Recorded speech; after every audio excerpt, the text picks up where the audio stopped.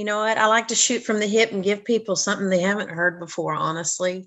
And it can Cool. be a little bit about cast voices, but honestly, I'd like to just venture out into other things. And it's not that I don't want to promote my company, and it's not that I don't want to talk about VO, but I think people could get inspiration from other aspects of me. Does that kind of make sense? I mean, hell, I'm Sure. a 60, almost a 61-year-old entrepreneur stepping into a tech space.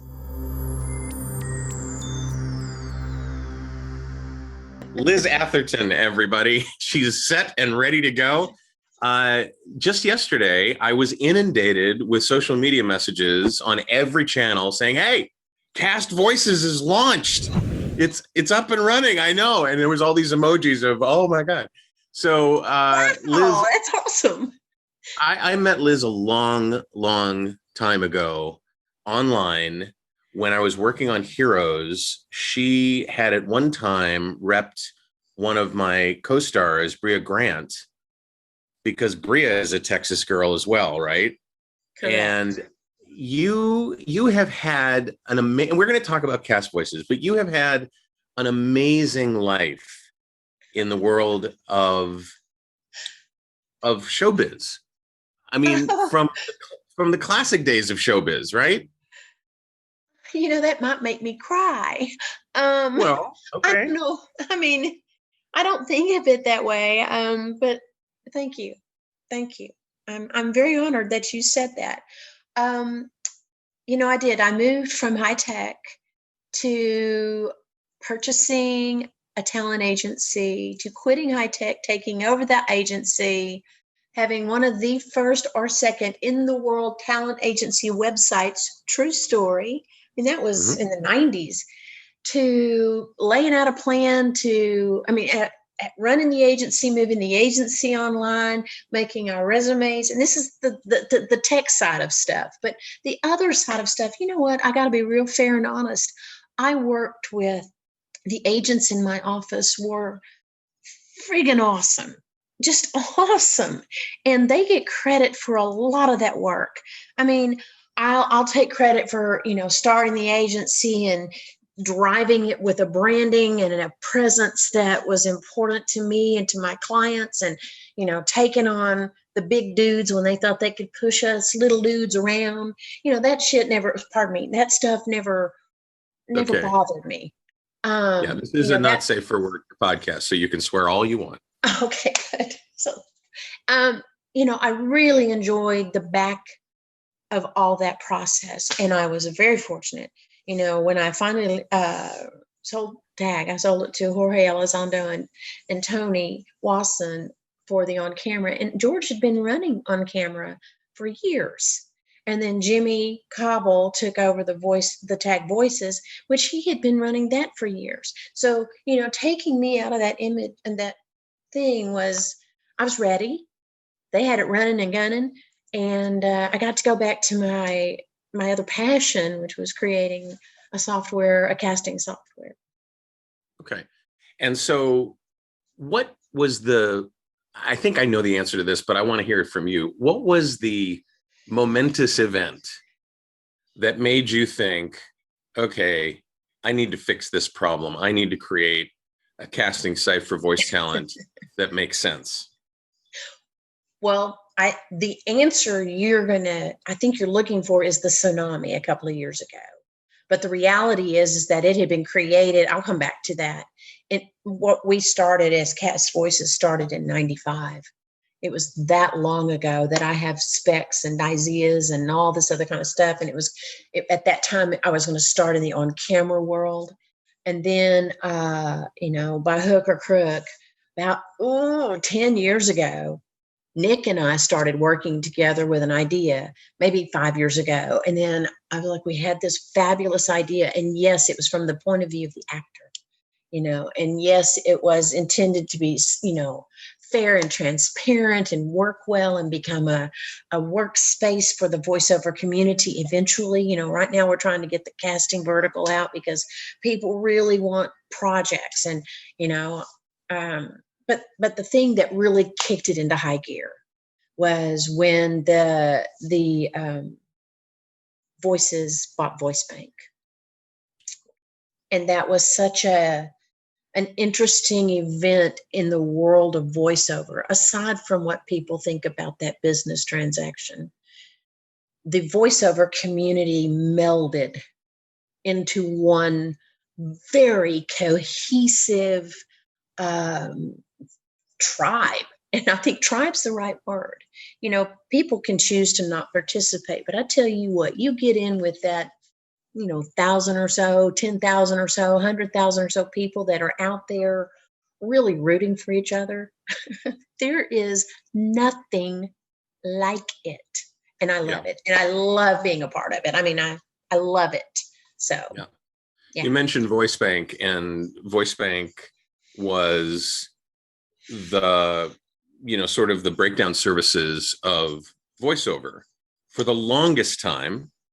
And it was going just fine. And then, the guys there decided cashing out was a good idea. And what happened after that, when voices.com kind of submarined that and folded it into voices.com, and the attendant lack of transparency that came from that, I'm wondering if the model that Voicebank used, which was only agents can put their clients on the service and clients don't pay for that, agents pay for that, and the people that create projects pay for that. And I noticed when I signed up for Cast Voices that the model is a little bit different. It's a subscription model for talent, and it's free as far as I can tell, because I created an account for project management as well.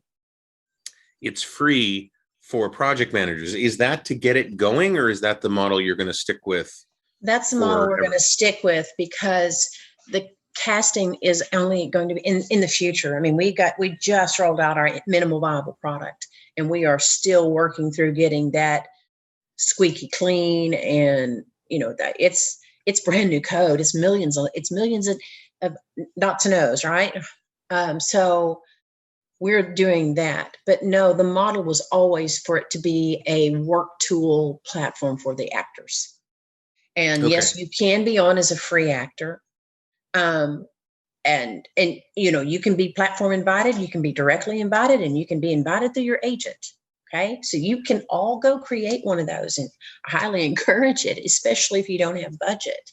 But when you upgrade to standard or you upgrade to pro, you get things like reminders about your buys. You get things like a sound bite you can put on your profile that goes with you wherever your profile goes for a quick listen.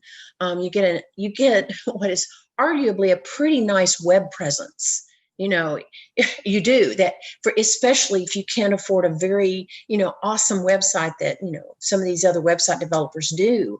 It's a nice, relatively inexpensive way to have a very robust, customizable, it's at your fingertips web presence. So that's where we started. And then we have all these other tools we're building in, connections and work groups, and that's expensive stuff. So we need to get it in. I'm hoping people see the value of upgrading now, because that's our only chain of revenue. We don't have revenue from the projects. And no, I'm not going to charge you to put a project on my system. Are you kidding? Bring it. Well, that's the big difference that I've seen, is that when I would put projects, I used to cast for video games as well, and when I would put a project on Voicebank, it cost me like $400 or whatever to be able to get everything. So, I just wanted to kind of clarify everything. And by the way, could you slide a little message to Nick that this site feels awesome?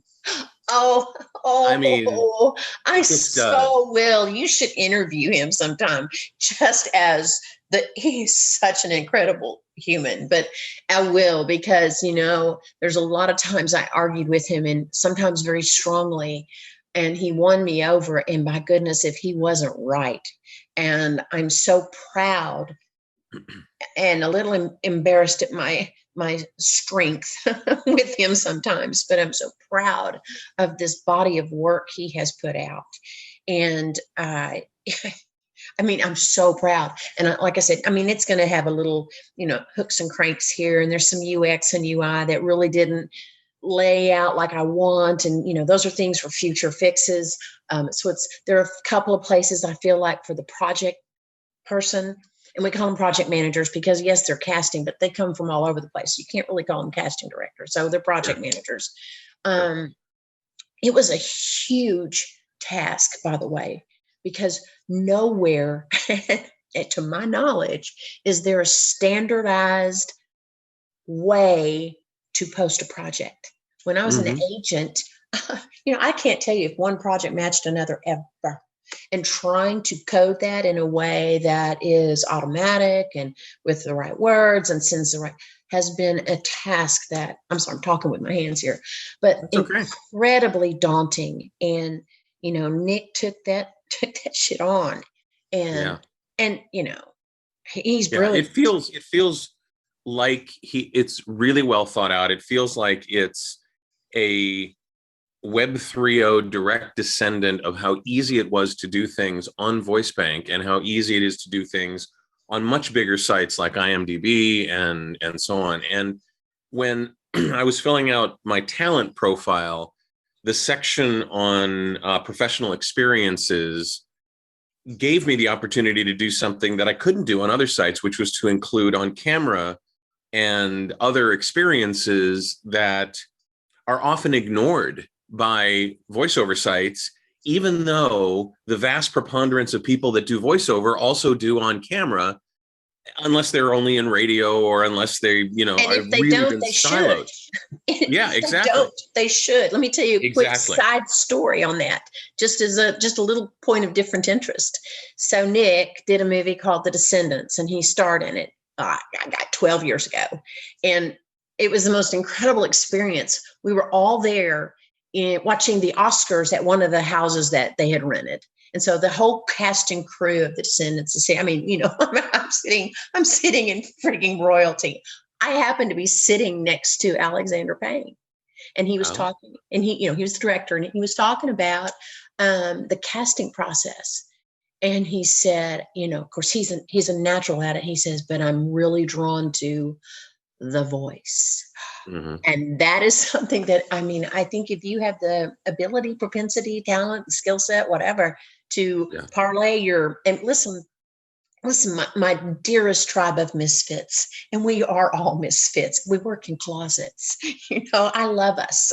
Do not be afraid if you're not tall, lithe, and beautiful. That is not what's necessary. You just need to be good at what you do. And I do think that would translate over. But yes, our next big vertical is cast actors, which is our own camera. Yeah, it feels like you're creating it feels like you're creating kind of an ecosystem for talent and agents where they are appropriately part of the process, but talents working directly or working through an agent with casting. But it doesn't feel the same way as, okay, we're cutting out the middleman. You're making it possible for it to happen however it happens, however it organically happens. And I just when I first looked at everything that you were offering on Cast Voices, I'm like, oh, this could be it. This could be the one. And I think both. I hope so. I think every time somebody comes out with a new voice casting site, people look at it askance because the industry is kind of burned, Understood. Let me tell you, when Voicebank was purchased, Voicebank was my huge part of my income. We were sending out 10, 12 projects a day. When that went away, so did, $100,000 in my revenue stream. It kicked my arse. And there were other things that happened around that time. But I want to go back and just kind of make a point, and then thank you for all the kudos for Cast Voices. But imagine, if you will, eventually having a voiceover IMDb-ish presence where you go and you realize, oh, look, there's Folgers. And look at all my coworkers that have worked on a Folgers campaign. Imagine moving to that, of course we will for on camera, but in a voiceover community world. We have lofty goals, but Um, Actually, they're not so lofty because Nick is brilliant, but we do need, we need some money to go run into that direction, but we'll go for that soon enough. Sure. But that's kind of the community we're hoping to build. I mean, Yeah. that's where we're going with this. And so it may be a little cumbersome or, doesn't make sense why it's laid out this way, but I assure you, in the long run, it does, and I can only default to Nick for the explanation of that, but I trust this human being with the process, with everything. So Yeah. he knows what It he's feels doing. like all of a sudden in the world of social media, audio is getting the respect that it really hasn't had. That you can easily upload a picture, text, video, emojis, animated GIFs. You can upload those all day long on Facebook and Twitter, but try to upload an MP3 and they're like, what? What? Who? It's not there. I And know. it feels like with Clubhouse and with Racket and with the copycat stuff that Facebook is developing and Twitter is developing with what Clubhouse has kind of pushed forward in terms of audio. When you say you are kind of creating almost an iSpot.tv, but for radio or for video games or for whatever, it's like that's a 38 big hole that categories. yeah, Yes. we've been missing that. I haven't seen it either. I mean, a lot of people were using Facebook for that to some degree, and maybe LinkedIn for that to some degree, but it's muddled with a lot of other things. But imagine being able to realize, oh, you've done work with that ad agency. You were there last week. Oh, I was there last week. How Yeah. cool is that? Or imagine at some point being able to find out where the VO are in a 5 mile radius, pop an email, say, let's have a beer. Those kinds of things are kind of where we're headed with this. But, on the front end, our goal is to provide a service to talent, and connecting them with potential work is our way of, in stepping in. And the, the casting piece, people have a lot of expectations. I'm just saying, but we're taking it on. Well, it's kind of like you have a double job. I mean, if the voices.com Voicebank thing hadn't happened, it still would have been a challenge in general to create a casting site. And now you have that to kind of say, okay, just want to make sure you're aware we're working on this to correct some things that. Oh, I tried. Oh, listen, for years before that whole debacle happened, I call the tsunami. I was already trying to get funding for this. This was already in the works. I just could never, I think I was pitching it completely wrong, but I could never get the funding. I would have funding lined up and then it would go away or nothing. And I'm so passionate about it. But I had a lot to learn in that and how to pitch. And then I ended up figuring out how to pitch and started winning pitch contests, which are great. But none of that's where I got my funding. I happened to be at the J. Michael Euro retreat. I was one of his speakers in Barcelona, and I met Bobby and Elizabeth, and we didn't even talk about investing until Bobby was in a class with her, and we were just kind of shooting bull about, where do you want to be? And at that point, I brought up Cast Voices because I hadn't, that was not my purpose for being there. And he and Elizabeth approached me later, and boom, here we are. So, awesome. And he's a voiceover, and she's, a marketeer. She's worked with the big guys as a marketer. So it just was a marriage made in wonderful entrepreneurial heaven. So it's castvoices.com. It's really easy to sign up for. You just go there, you choose talent as the role that you want to sign up for. You can create your free account. The most amount of time that you'll spend is bragging on yourself when you're filling out the professional experience areas. And they give you, as I mentioned, all kinds of opportunities to not only highlight your audio work, and they get which categories you're working in. Like, you see things in those drop-down menus that you don't see on the sites that were created by .com entrepreneurs who wanted an exit strategy. You're seeing things that make sense because Liz's experience is representing talent and being part of our ecosystem for decades.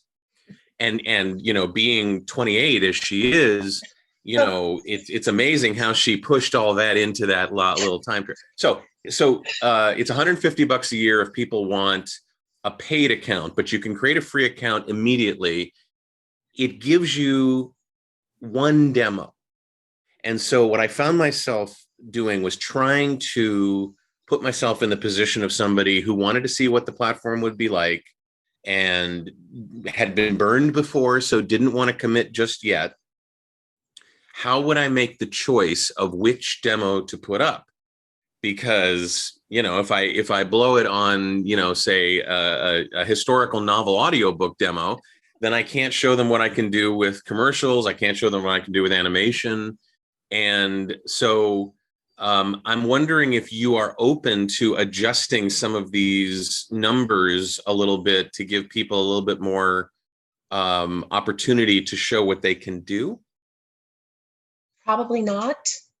Okay. We thought, we've just launched, and giving somebody a full resume, you can put your links in there, you can get around there, and one demo for free, I think it's pretty fair, Okay. and because you're fully engaged on the platform. If you match, Right. you get invited. So Right. there's no pecking order that says, oh, well, these paid accounts are going to get precedence over you on any kind of, casting out So there. that's an interesting point. You're not going to be coming back in the search results any higher if you have a paid account versus a free account. Is that what you're saying? Yeah, and the reality is that it's not search results, it's you get invited. It's just, they're not, that casting director, when they do a platform match, they're not going out there and getting a whole bevy and saying, oh, I want to listen to these. You're going to get an invite, and they might say, I only want 100 files. And first 100 people that send in their audition are the first 100 that they get to listen to. So that kind of falls in the pattern that Voice 123 uses, where they have a time limit I'm just kind of trying to figure out. I'm trying to put myself back in those planning meetings that you had with Nick, where you said, okay, here's what we're going to do to serve the tribe, and here's what we're going to do to make money. And it's always that balance, and you have to have that balance. I feel like when people go, well, why don't you just give us everything? Why are you trying to make money? They don't understand the basics of business. No, Because if Liz can't survive, then Cast Voices goes away. And so and the reality is there was a lot of money spent getting here. It didn't just, sure. A lot of money spent. And, while, it's equity in the company, there's a huge obligation to me to make that right. But no, I told you, our goal is to provide service to the talent. So, if casting is really primarily the only service you want just a little bit of presence, and you want to match whenever they're looking for whatever specs you can put on, all power to you, man. We hope that the other features will entice you for a year, to try, what's equivalent of a cup of coffee a month or two or three, depending if you go standard or pro, but whatever, Right. Like one of the things on pro that is frigging awesome is that a casting director can give you direct feedback. They don't have to check, they can say, hey, thought you sucked. Or they can say, hey, you're fabulous, and you get that. So I don't know. It's just, it's a service to the talent. If we can provide a service to the talent, that makes us really, really happy. And that's so what, making that's a talent-centric service like this, making it talent-centric is awesome. And so the three entities that are served by Cast Voices is the talent. So you have a talent database that you're building, then an agent database as well, where agents can tell their talent, come on board. They can come on board. There's a fee for them to be part of the service. Then there's the people that create projects. That really is, as I looked at others that have created these kinds of services, that always seems to be the big hole, in that, nobody comes and creates projects. In fact, in some cases, when you look at, for example, iActor on the SAG-AFTRA site, the reason that never took off is that no one could create projects there. It was just like basically a profile service. So your draw of those three entities to work together looks perfect. And for $150 a year, which is the year price for the first paid level, that's, you know, a third of what your some of your competitors are charging for less service and for a little bit harder to use service. I mean, when I went on the site and I started playing with it, it was just so smooth. It was like frictionless. And that's what you want to do. And I get how important that is, because as people use a service like this, as they use a site, they're making judgments 100% of the time from the moment they start on it. And they're like, is this going to work? Am I going to waste my money? So many people have their hands out. But to know that Liz is behind this, and to know that the experience that she has in the business, both on camera and on mic, how involved in talent representation are you these days? Not at all. Not at all. No, You miss when it? 100%, when I sold Tag at the end of 2018, I was done. I would find it to be a conflict of interest, especially, potentially. I mean, I have to remind people we're running software, but I think people could perhaps think I might. I have zero talent representation. I know I'm very familiar with how the business runs, and I get asked as an agent, an ex-agent, to speak often because I did it for 25 plus years. I got it down on, that world doesn't really change in terms of how talent should approach that world, in my opinion. Yeah. I mean, there's always improvements, but yeah. So as you come away from that level of experience, I'm imagining you miss it a little bit, but you're also off to, what was that? No, I don't. You don't miss it at all?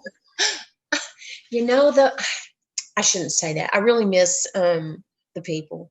I love the guys I worked with. I love being able to hang out at events with, like-minded individuals. And that was, really wonderful. I loved helping talent. I'm pretty good at it. With things I think they need to do. But I'm so technically oriented, honestly, at the end of the day, and being a hermit in my little house is delightful. So what's your process these days when you come across somebody who's really good but is unrepresented? Do you give them advice? Do you pass them on as a referral? How do you do? I mean, I can't imagine you saying, "Oh, I used to do that. I don't do that." Oh, people ask me to. People private message me all the time and say, "What do you think?" And I answer them, "This is what I think." Yeah, that's what I do. On occasion, they've wanted to reach out to someone, and I'm like, "Can I tell them you like my stuff?" Sure. Because I do. But I don't take compensation for that. I don't advertise that I'll do that. I just think people want validation that their work is yummy. And that's, and I'm pretty much a straight shooter on that. I pretty much am. I'll tell you what I think. Now, what I think and what anybody else thinks are two different things. You can take my advice or not. It's not incumbent upon me to do that with you. But usually the biggest question I get is how to get into VO. I have a great voice. I've been told I have a great voice. What do you think? How do I get into VO? And I used to try to answer. And then Bridget Reel, I don't know if you know Bridget, but she's this great gal. And she, I don't know, several months back did this incredible write-up of that. And so I kind of send them to her now. Anyway, that's kind of the thing. I'll answer anybody, huh? Yeah. We have a getting started course in VO Heroes that basically gives away all of our best stuff, because I kind of want to send in your direction. No, I'm just saying, having that kind of resource, I wrote it with the intention of scaring the crap out of people. I wrote it with the intention of saying, if anybody's telling you you can make millions of dollars a year from home in your underwear doing voiceover, please run, leave skid marks, get away from that person. There's one that just popped up recently that is like buying Facebook ads all over the place and posting in all these groups, joining all these voiceover groups and posting. And I'm like, that's what's giving our business a bad name. And so, well, as you look, go ahead. Well, I would say that's what gives the business of joining your business a bad name. Because let's think about it now, not to be contradictory, but I'm good at it. No, you know what I mean?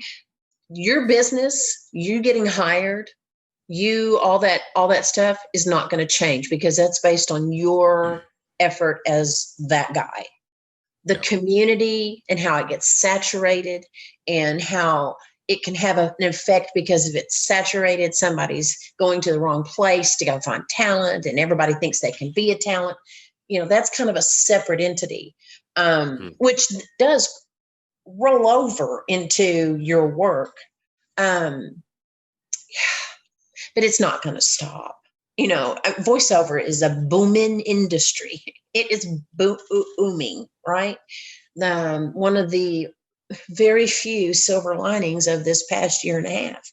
Everything got redone and everything was talking to you from home and everybody was learning from home. Everybody was Zooming from home, chatting from home. The voiceover community in terms of how opportunities just went haywire. And it's going to continue that way because now that we're going back to real world, all that information has to be redone again. And it's a lot. Yeah. I remember I when it first started, people were like, how you doing? Are you okay? And I'm like, I've been sheltering in place since the mid 90s. This is like nothing new for me, Right. And I think a lot of voice talent felt that as well. Like, oh, this is kind of cool. We have an opportunity. I mean, I was on the SAG-AFTRA safety committee for voiceover. And a lot of what was being proposed by people that were in the union, but not necessarily doing voiceover, sort of trending over from COVID restrictions from on camera. It's like, yeah, we got that. We're good. We're doing it. What would a home run look like for you with Cast Voices? If in 5 years, what would that scenario look like? A beach in Maui? No. A home run for me would be that it is running itself. And I mean that in a way that the reputation is solid, the ethics are solid, the website does what it's supposed to do, and I'm not out there trying to bring people to platform. Instead, I get to spend my time improving platform.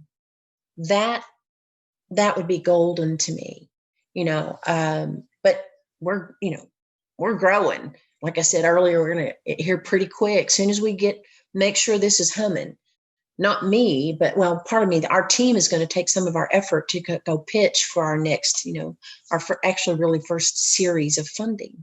And it's big, but our numbers are impressive. So I feel like we will certainly make a case, but, short term, that's pressure. And, getting casting to use it is huge pressure right now. And I mean, that is where I'm at.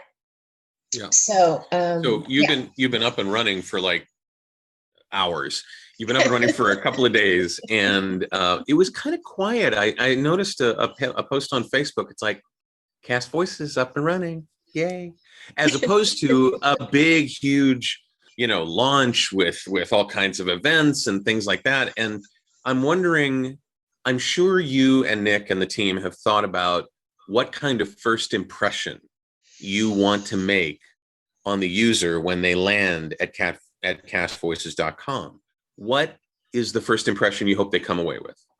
Well, right now, my intent for not doing a big splash is it's a brand new, huge piece of software platform, and I want it eased into. And I think that is absolutely reasonable. And I know, man, we've had a couple of people that are like, where are my projects? Where are my projects? And I'm like, I'm easing into it. I don't get a second first impression with casting. I know casting directors. We're offering incentives, financial incentives for casting directors to post paid projects, Mhm. paid fairly projects. We're out there because why would I do that? Because I'm using their time to learn my system. And if I'm going to use their time to learn my system, their time is worth something. Just like your time is worth something and my time is worth something. I don't see it as anything else other than, hey, I know it's going to be a new thing and we may hiccup here and there, but thank you. And here's some money for your time. Anyway,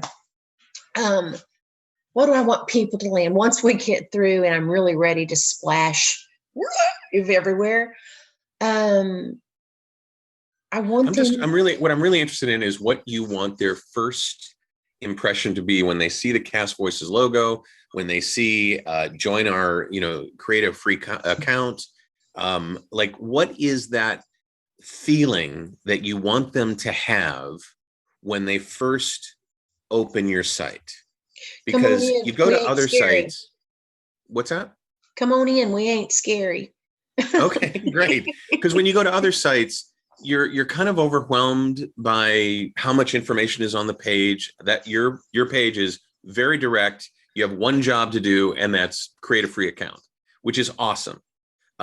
Clearly, you have had I don't think Voice Talent realizes what kind of experience UI UX designers have, what kind of experience tech people have. I mean, I have Rehearsal Pro, and I have Audio Cupcake, and I have our websites. And I'm not sure if we had coincidental experience. I used to work at America Online. I used to work at Google. And it feels like you either consulted with or already had the experience to know to just give that visitor, that first-time visitor, one thing to do, as opposed to throwing everything at them at once. Okay. Right? So was that part of your planning? Well, inadvertently, but yes.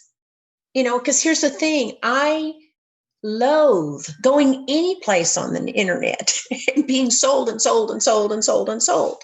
And if you get any email from us, we don't sell and sell and sell and sell you. We just don't. That's a pet peeve of mine. But in terms of our landing page, we worked with a brilliant team at Code Particle. And that's a software house we hired to help us. And their UX UI guy was just brilliant. And, we knew we wanted those particular entities. We knew we didn't want any ad space there. Right now, you can't go see who all's on it. That's by design. It's an invite-only casting site. It's not anything else other than that right now. So it is, I just really don't like being told, look how yummy I am in such a way that you'll want to buy me. I don't know. It just, that sounds wrong because of Voice Talent. You want to say, hey, look how cool I am. You want to work with me, and but there's a difference between how a talent looks at things and how you as a purveyor of a service looks at things in serving that talent. And I think you've dialed it in just perfectly. And I got to tell you, I'm really excited about this. I am also at the same time, on behalf of my students and clients, concerned about any new entry into this space, but only because some people have come and gone in the last few years since the tsunami. I love that you call it the tsunami. I'm going to call it that from now on. It's all yours. And people have this sort of like dip their toe in the water kind of thing because everybody else has asked for money too. And I think that when I heard you say our impetus right now, our whole goal right now is to show our value to people who are creating projects, that's going to be the litmus test is, can you attract people that will create projects to serve the agents and talent that are signing up for the service now? And so I sure hope so. I've worked with most of them one way or another because through the talent agency. I sure hope so. If you've cast projects, typically you run that stuff on your machine. Now there's Dropbox, so sometimes you can run it through Dropbox, but it's still this really third party thing. And we're hoping that aside from all that, you have a history. You have all the auditions that ever came to everything that ever was there. It's archived forever. You can go see what your specs were. And eventually we'll have a collaboration room where you can invite people that aren't on platform. They're your buyer, your client, your whatever, to listen through. You can sort, we're going to give them a really yummy workspace. It's a yummy workspace now. It's pretty, we may rearrange a little bit. That's one of the areas my UX UI, it feels a little off to me, but so far, no complaints. But we'll see. You love the word yummy. Huh? You are a lover of the word yummy. Have I said it a bunch? I love it. I love it. No, it's one of my favorite words. What advice would you give to somebody showing up at Cast Voices as a talent? What advice would you give to them not to avoid, not to ignore when filling out their profile? And conversely, what mistakes would you like to see them not make? I see people overwriting their descriptions all the time, throwing the kitchen sink at people. I see people putting up stuff, from when they were in, Fantastics in high school. I see a lot of things happening. What do you think is the best practices when people are filling out their profiles on Cast Voices, and what should they avoid as well? Okay, as a user, I say put your entire resume back to the beginning of time. Just don't show it. But why? Because it's a nice place to have your world archived that's online. So just to clarify, you have the option to put this information up, and then there's a little eye icon that you can click or unclick to publicly show that item in your profile on the site. So when you're putting your stuff up, what I'm not speaking for you, but what I'm hearing Liz say is put it all up, but then choose which things to show and not show. And maybe down the line, you might want to change that a little bit and show some things that you weren't showing before and hide some things that you were. Is that what I'm hearing? Yes. And the reason I say this is that eventually one of our tools we're building in is a reminder tool. So right now, I believe it's in place for things booked through Cast Voices, but eventually it'll be part of the tool system for upgraded, of course. But where if you have a buy that runs through December 2022, you may or may not remember to, hey, give me a release or a rebuy as I get 45 days out of 2022. But our system will prompt you and say, hey, you got a rebuy. And eventually that will filter through all resume entries. So why not have all that on there? I want people not to miss what just happened. What just happened was Liz displayed that she has worked in the professional world of high-paid, union, ongoing, residual-based voiceover. And that is so different from the other jamokes that have come along to create sites like this. She just used the words buy and re-up and reminder and buyout and all of these things that you don't hear from people who are looking to create a site like this to get a great exit strategy and make some money.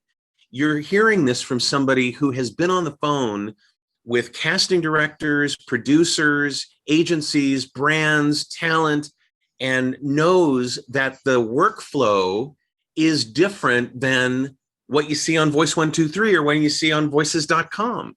There's this whole bolus of experience in the world of professional voiceover that has a different language, and Liz just used it. And you've got to understand that's a big, big, big friggin' deal. I just want to make sure people didn't miss that, because, you kind of just said, well, you got this and we're going to do this reminder thing. And it was very calm, and you have your lovely Southern accent going and you're nice and cool about it. But the truth of the matter is there was a lot of potency in there that makes a difference to people like me who have been in the business for a lot longer than I like to admit. And so I was always looking for that in all of the other people that created sites like this.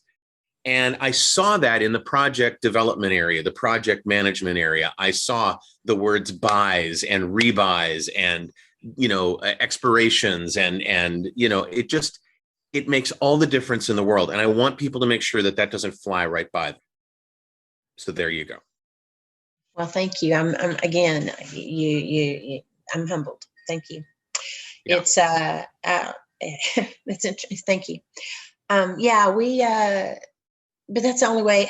Like I was telling at the very beginning, how else do you standardize and make sure things are put in so as to avoid confusion or misunderstanding, and we need that data because we're also working with the GVAA in a later release whereby we validate rates. We prompt casting to say, hey, you want to pay 200, standards kind of 450. If you go to 450, I promise you're going to get a whole lot more skilled talent playing, So we You're saying have this to project developers, project managers. Yes. project managers, right? Yeah. Yes. Yeah. Because I work And I with think project also, developers too. That's just want to make sure where your question was right. coming Yeah. from.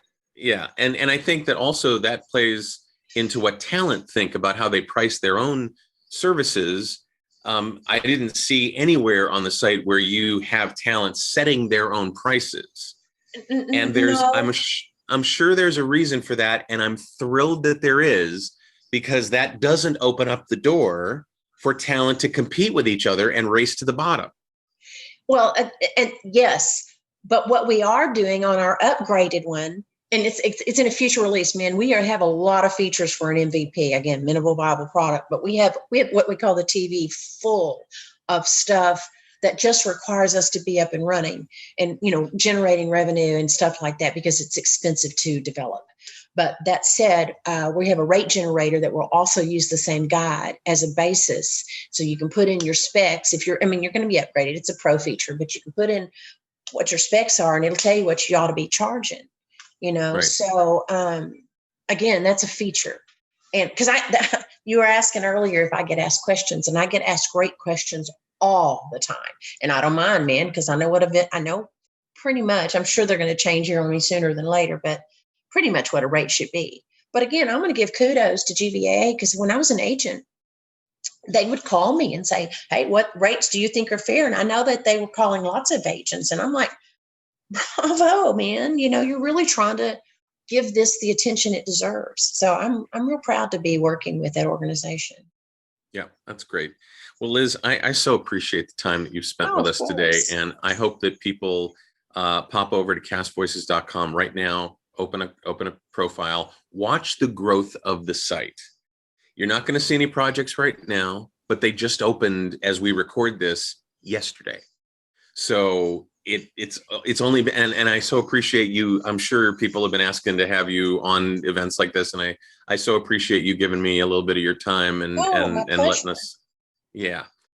So again, Cast Voices, CASTVOICES.com, castvoices.com. Go create your profile. We're going to be building castvoices.com into our mastering VO casting sites course. We'll do that over the next month.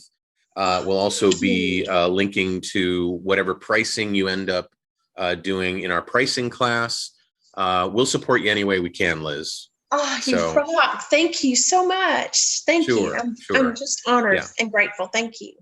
And if people have questions, how can they get in touch with you? Is it the email address that you gave me, or would you rather they go through the site, or what are you looking for? If you have questions, feel free to reach out and PM me on Facebook, people. That's a really good way because right now my work email really needs to be very focused. And there's another question in there.